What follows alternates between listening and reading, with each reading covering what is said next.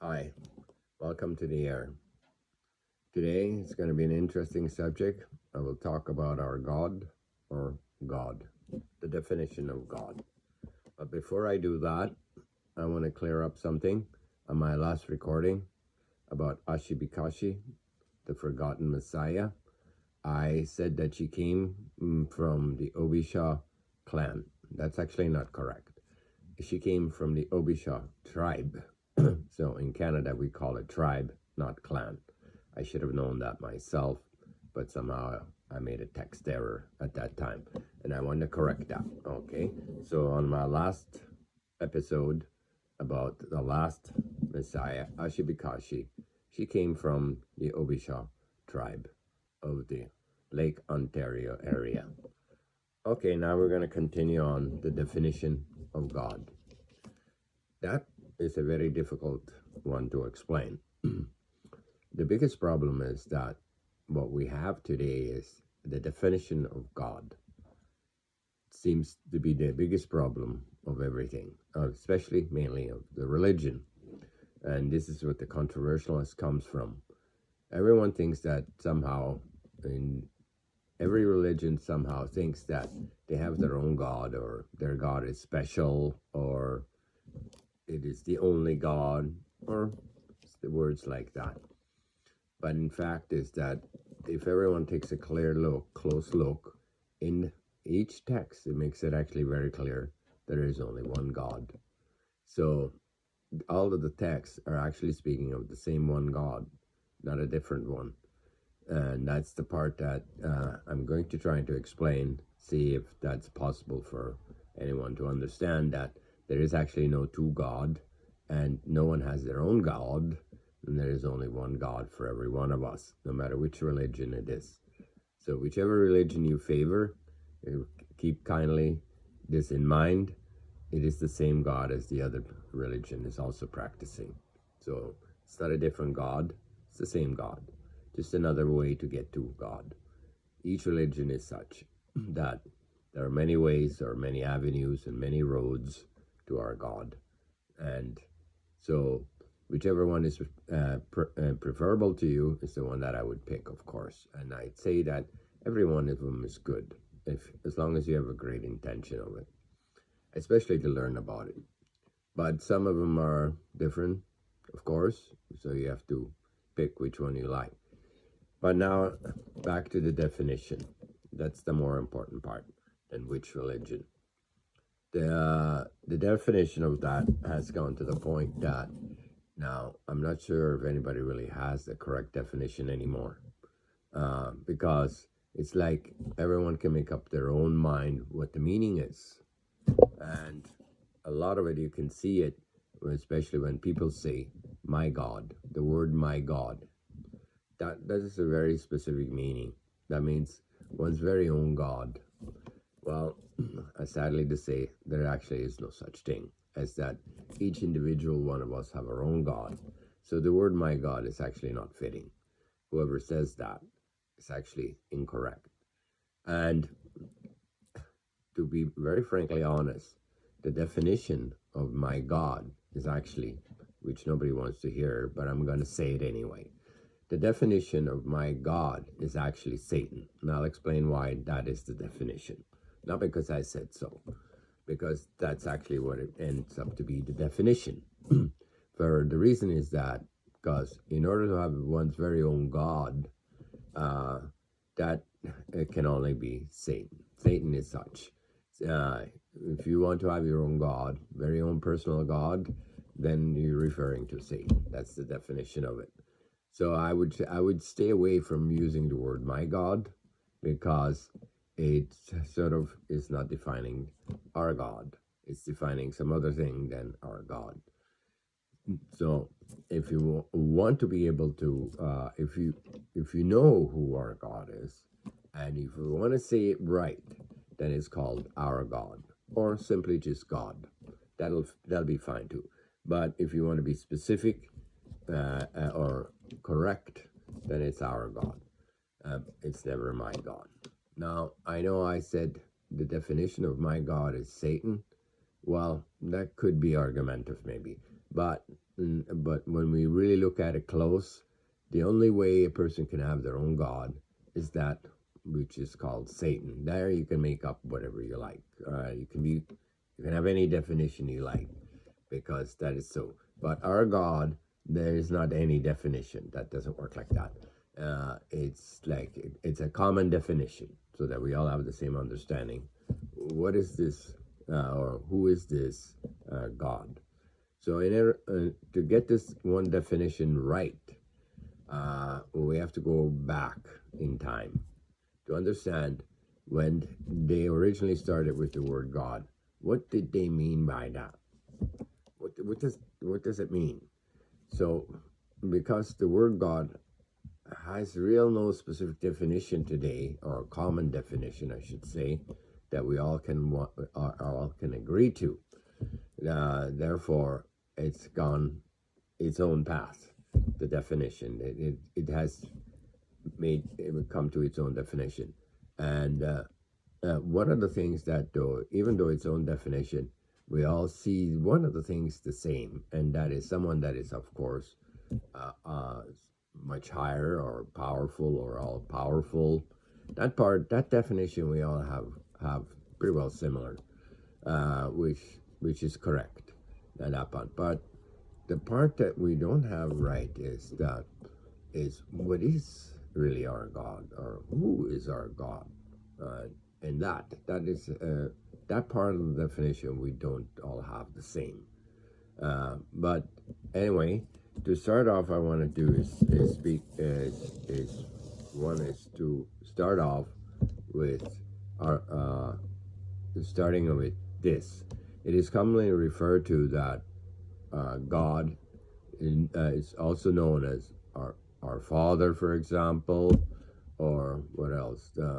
Or a He. Those are very common definition. Masculine type, or an authoritarian figure type individual, which is masculine, or He, or known as Father. Well, to be frankly honest, our God is neither a He or a She. That's so. It's neither He or a She. Our God can be both. Can be either she and a he, or just a he, or just a she, whatever our God feels like. And the other thing is that I shouldn't say whatever God feels like, but however you wish to look at it. So our God is sexless in some sense, or known as asexual. So referring to our God as a he, or a father, or any other that type of figure, then that would mean you don't really actually know who our God is. For the fact you're putting a sexual figure to it. So first of all, one other thing is that our God is not a he or a she, not at all. It's a he, she, or it, whichever you want to say, or asexual. It is self-pleasing. So our God has no mate, for example, or does not require a mate. So therefore, it's not a he, it's not a she. Now, why did they use the word he and she, or he, or father? Well, there was a reason for it. I mean, they were not wrong by saying father or he, because it was referring to of an authority figure. And so when we use that definition or parable for it, then it's fitting. But if you want to be precise, then it isn't. Okay. Now, of course, if we go back, we also have to understand this: why they used the he. Because the people wouldn't have probably accepted it anyway, if it wouldn't have been a he. So it was also done by for the purpose of people accepting it. And so this is where the word he and the father and all that came from. So in actuality, God is neither a he or a father. That's definitely not true. So, but as far as an authority figure, that is true. So therefore, the word father or a he is in more of a parable sense, than the actual reality of it. So God is not a he, and neither is a she. God is an asexual being. I mean, self-pleasing, doesn't require a mate. So therefore, the sex of God is not really important. The other thing is that also very interesting that the biblical text does a lot of this. It says that they spoke with God. A lot of people in the text, if you take a look, it says the individual spoke with God. Well, I hate to say it. Actually, our God doesn't speak in a conventional way. And why? Because I have all my life I've been communicating with our God, and I have never once has our God spoken to me. There's a reason for it, because everything that our God needs to say, or everything that you need to know, is already available. So our God doesn't really need to say it, for the fact it's available. So it's already like our God already spoke ahead in advance. So it doesn't really need to speak to us. So now, to understand why our God doesn't speak to us, I would have to tell you more who our God is, and then you'd understand why our God actually doesn't really talk to anybody. So whenever in any of the script it says that God spoke to them, that's actually not true, because the fact of the matter is that God answered them. There's a difference. So in some sense, in order to explain it to the ordinary person, they would have simply said God spoke to them, which is the same thing as God answered them. And why do I say it's different? God didn't speak to them and God answered them. Well, first of all, God is a focal point. And a focal point requires you to focus on something or pay attention to it.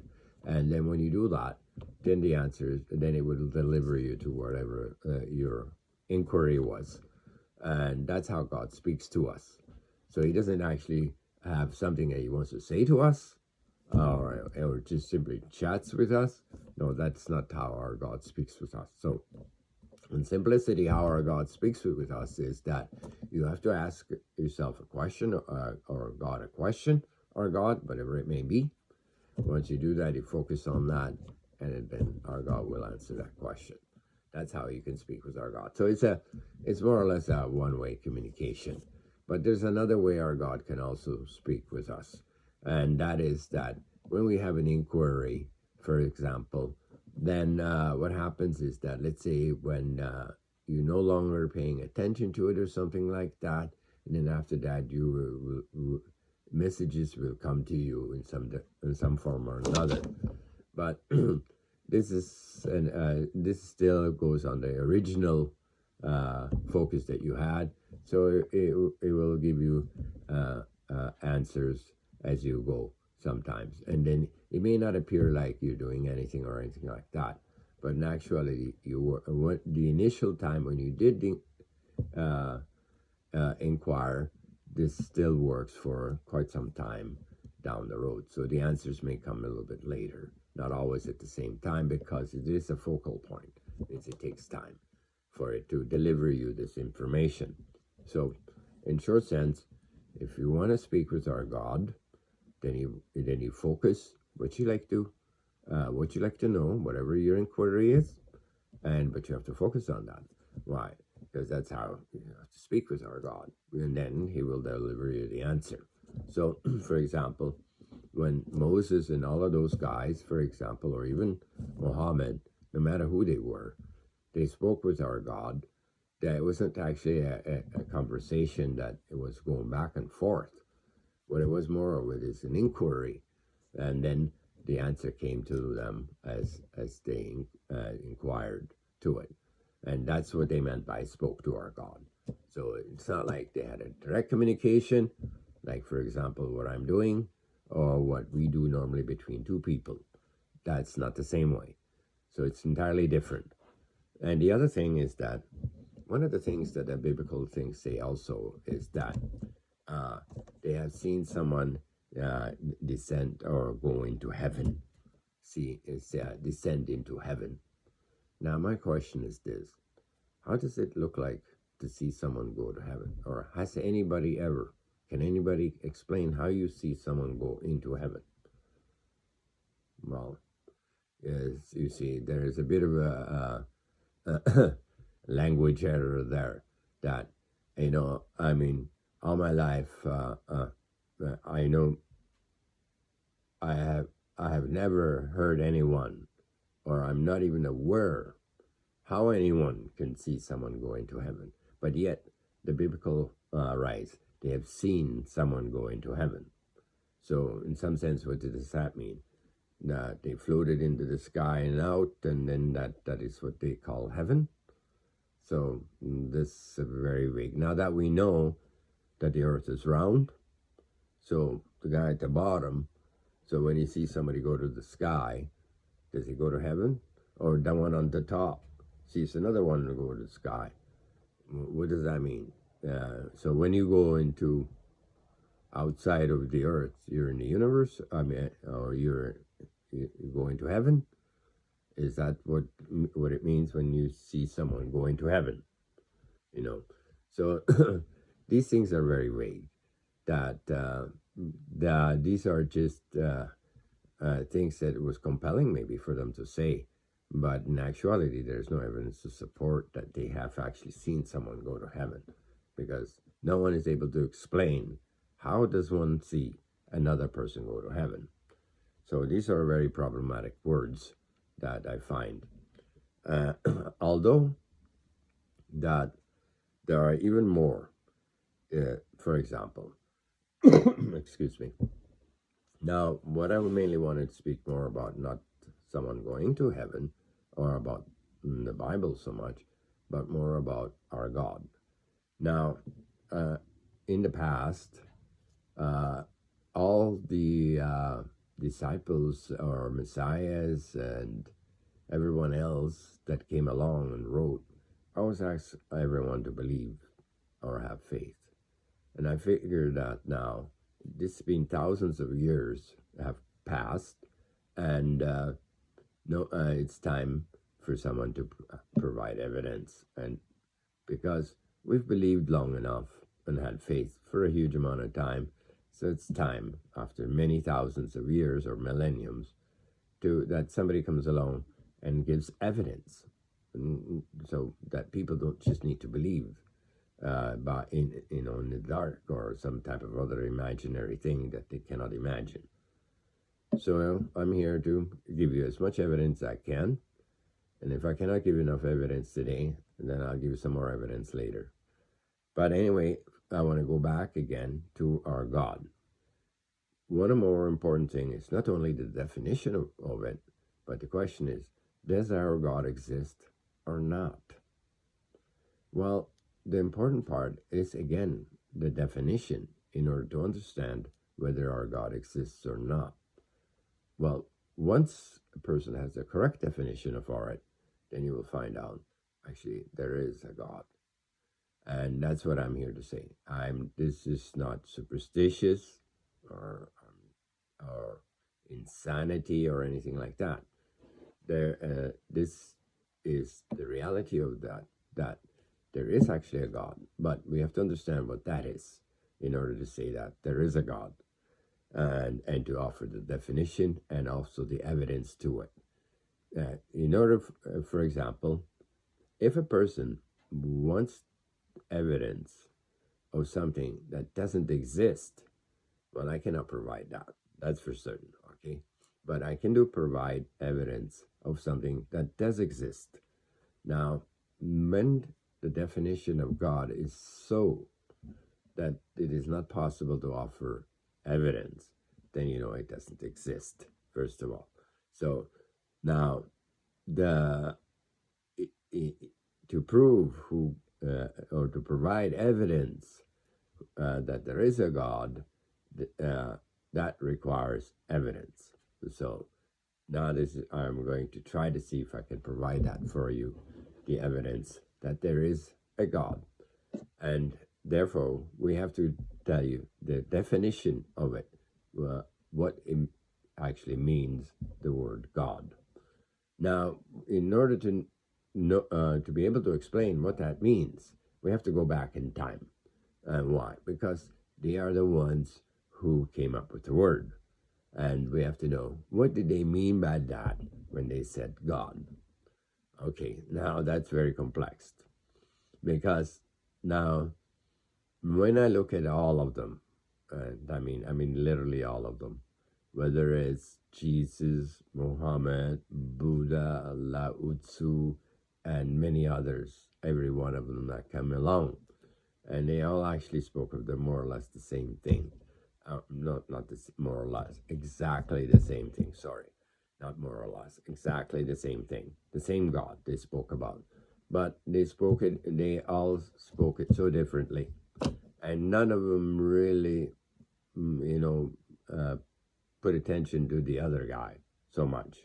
So they didn't really say that, oh, this was the same God as that guy's God or so. But they should have. Why? So that people have a more clearer understanding what God is and the definition of our God.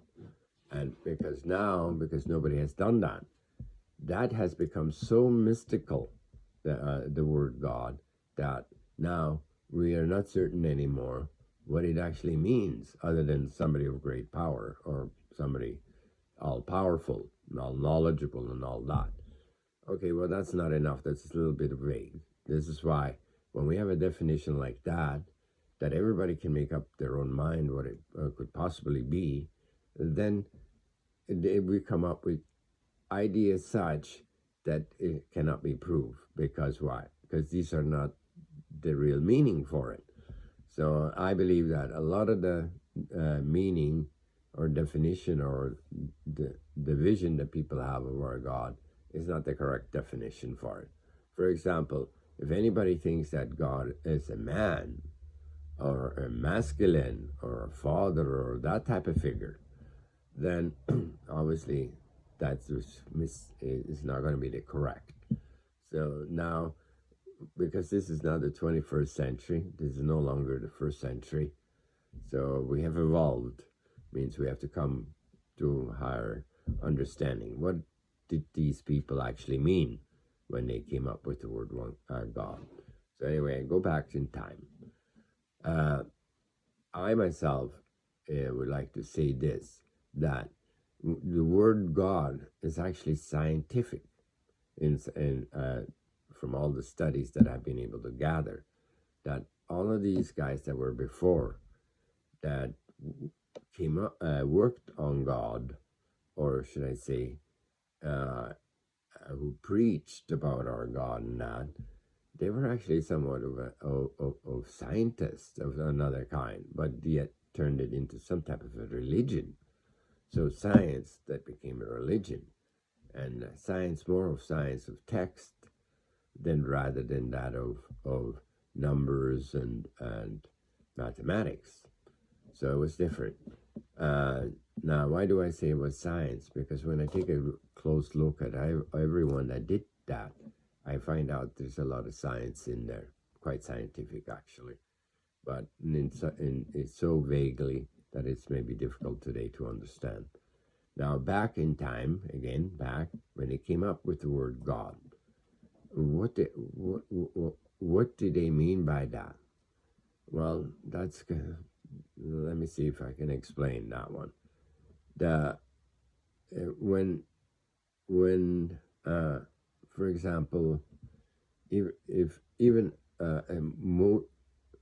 even Abraham or Moses, when he went and got all the instruction from our God, he basically did the same thing as what I'm saying. He focused on it, meditated basically, thought of the things that he needed to the answers that he was inquiring, and intensively long enough that because our God is a focal point, and eventually brought him to that answer that he wanted, delivered the answer which he wanted, and he got it. And that's how he came with his 10 commandments, for example. So he had to do a lot of soul searching, a lot of deep thinking in order to get answers from our God, which takes a lot of time. It's not simple. I have to admit, because I've done a lot of that work myself, and God has spoken to me, uh, or should I say answered, not spoken. That's not the correct definition. And that's the problem, is that we cannot go back in time and ask those people, because they're not here anymore. So the people today, however they do this, they have to now give us this information so that we understand exactly what the last people were doing.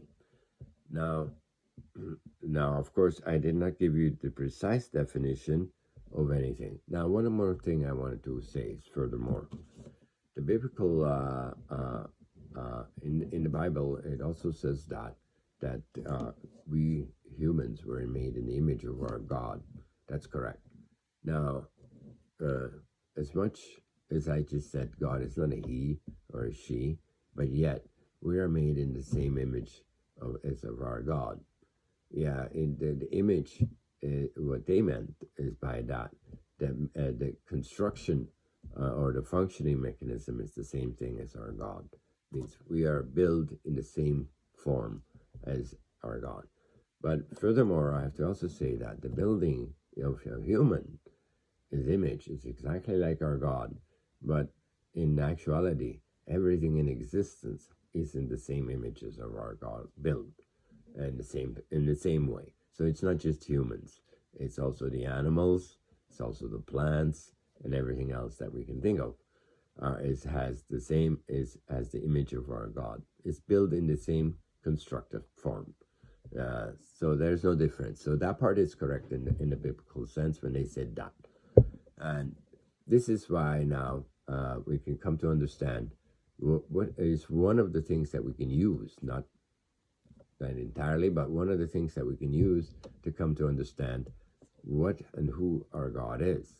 So the question is, what is this image that that we have in common with our God? Is it the way we look, arms and legs? And does our God look like a human? No, actually not at all, not remotely. But still, a lot of people think so, and you see that sometimes in movies or explanations or so. They make God look like a humanoid with like the eyes and this and that. Well, that's not our God. That's for certain, because our God is. It makes me smile. Our God is different in the way it's constructed. It's more constructed actually like, well, I don't know how to say it in simple words, but I will try. It's more like a magnetic field, but a very unique type of magnetic field with potential magnetic ligaments, which is entirely different with it would operate. It would operate more like similar function as just as a magnetic field, as one item that just functions within itself. So now to give you now further definition, what actually our God is the electromagnetic field of existence. That itself is all of existence. So really who our God is all what we see. Existence itself is our God. Now, because our God is a focal point, he's also, so all of that is also available in the center of the focal point. So now our God is not only everything in all of existence, the entire making of existence itself is an entity, which is known as our God. And this is what the people way back in time were trying to actually describe, or just use the word God. So in sense is that our God is all of existence as a singular entity. Now, because they see you can visit and do this thing with our God, in actuality, they're not wrong. Because our God is a focal point because of all of this existence. So the focal point in the center is where everything is in the smaller version of everything. And this is where you can see our God in the center of such. Now, that's not easy, of course, for any individual person because it takes a lot of meditation, uh, lots of and lots of focus onto our God in order to get there. Now, it's much easier to be able to find our God when we say the things right. It's very helpful. And Jesus was one of them. He was very helpful. What he did is that he always, one of the things that Jesus was big on is he asked that you believe or have faith. Those are the really two most strongest words he used: have faith and believe. Because this is how you get to, how you come to know or get to our God, or at least get to see our God, is by faith is strongly thinking and focusing on, or and by believing is the same thing. Those two words are the action of the focusing of one's mind to it. When one does that, because the universe is an electromagnetic field, and existence is it what it does is it drives the propagation. So when you focus on something, it then will then bring you to there. For example, if you're if you think you want to go somewhere, you just think of the place, and then before you know, you get into a vehicle and you drive to it. It takes you there. Or you ask something and then somebody might give it to you or not, or things like that. So it delivers you things whenever you think something. It all the things that we're doing is derivative of what we think, and the outcome of such. So that's what the focal point does. So when we think, and so when we want to talk to our God, all we have to do is think, concentrate on it, and then our God will then answer or deliver you to it, whatever. So it can do it in many forms, whatever form that means. Because this is a propagation drive system, therefore everything goes to the right angle of the field, according to science. So when you think about it, it will then deliver you there. And this is how you get the things, or how you can talk to our God. So everyone can talk to our God, but the only thing is that our God doesn't talk to us because he's already said everything he needs to. And so all we have to do is just ask, and then the answers will come to us, whatever we are. But we have to pay attention. So you can't just simply just ask and walk away and that's it. No, that's not how it works, because it's a focal point. That means that you have to pay attention. You have to focus on it, stay on it, on the focal point. Otherwise, if you want to the next thing, then of course he'll do it. Does the next thing for you. So if you're one of the people who want their minds wander around, it may not work for you so well, because it's trying to, you're focusing on too many things, and it's trying to deliver you too many things. So it'll only deliver a little bit here, a little there, and a little there, because that's all you do. Then therefore it cannot deliver you everything. Now, when the people in the past were talking to God, that's what they did. For example, even Muhammad or Jesus or every one of them, Buddha, they did immense amount of meditating, and that means concentrating on their thing. And this is how, at the end, the answers came to them. Now, as far as they talked to God, yes, you could say that, but did God talk to them? Yes, you could say that, but in actuality, not the same way as we do or humans do. So it's entirely different. So that's one of the things we have to learn, is how to talk to our God and how our God talks to us. Those are an important part. So just to speak out, no, that's not how it works. You have to, in your mind, concentrate on it and meditate for a while, and then they deliver you the answers. So, and that's how he talks. So God has no urge to talk to any one of us. No, not whatsoever. So they were wrong. God does not talk to us. But we can talk to our God, and He will deliver us an answer. That's how you talk to our God. So it's a very unique communication method. We inquire, and God replies. That's how. So God doesn't ask us nothing. And we don't need to reply because He doesn't want to hear anything. Nothing. He's not interested. Why is God not interested in any of us? Because He already knows all.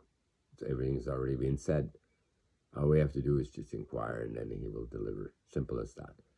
So all the things in existence that what we want to know already exist.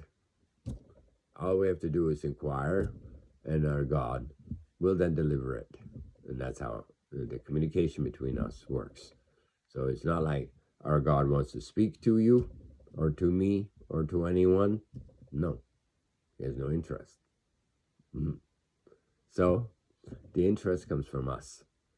We have to inquire what we wish, pay attention to it, and focus though, like Jesus said, believe, have faith, focus on that. And then in time, it sometimes takes a little longer depending, because the drive mechanism takes all that much time, and then eventually will deliver to you. But if you're the kind of person that just keeps on sporadically once in a while, then of course the answer will not come to you as rapidly as you wish. And things take a lot of time anyway because of ourselves more than anything. Now, I probably didn't give enough evidence about our God, but what I want to do is give the definition of what our God is. The definition of our God is the electromagnetic field. That's what it is. And the electromagnetic of existence itself. And that itself is a living entity, or is existence itself. It's the drive mechanism of all of this, or the property of it. So now we may have we may have different ideas what that might be, but the definition should be the same, so that we don't have misunderstanding between all of us what actually our God is. And not only that, we don't have wars and fights over it neither, because we only have one God, and that's the same one God for every one of us. Now, I might have not been able to give you enough definition, but I hope I did give you some definition so that we don't just come up with some weird ideas of what our God is. And the other thing is that because the definition has come so weird that today we question whether there is a God or not, or even say there isn't a God, because we have come to that conclusion. And a lot of times we come to that conclusion because our definition is so out of this world that probably that God doesn't exist. No, then there is no God for that definition. But for the definition that originated, there is a God for that. And that one needs to be more clearly explained so that everybody can understand that there is actually a God. Whether we believe it or not, whether we accept it or not, that's not relative. That still is a God. That's all that matters.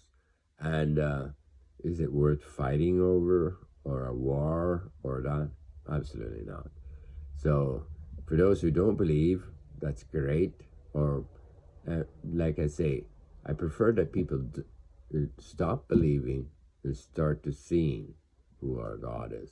So the next step of our evolution is to stop believing and start seeing God for what God really is and what they meant by it.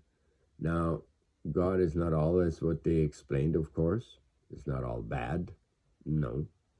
It's definitely all good. That's for sure. That part I can say. And what else I wanted to add to it is that there is a God.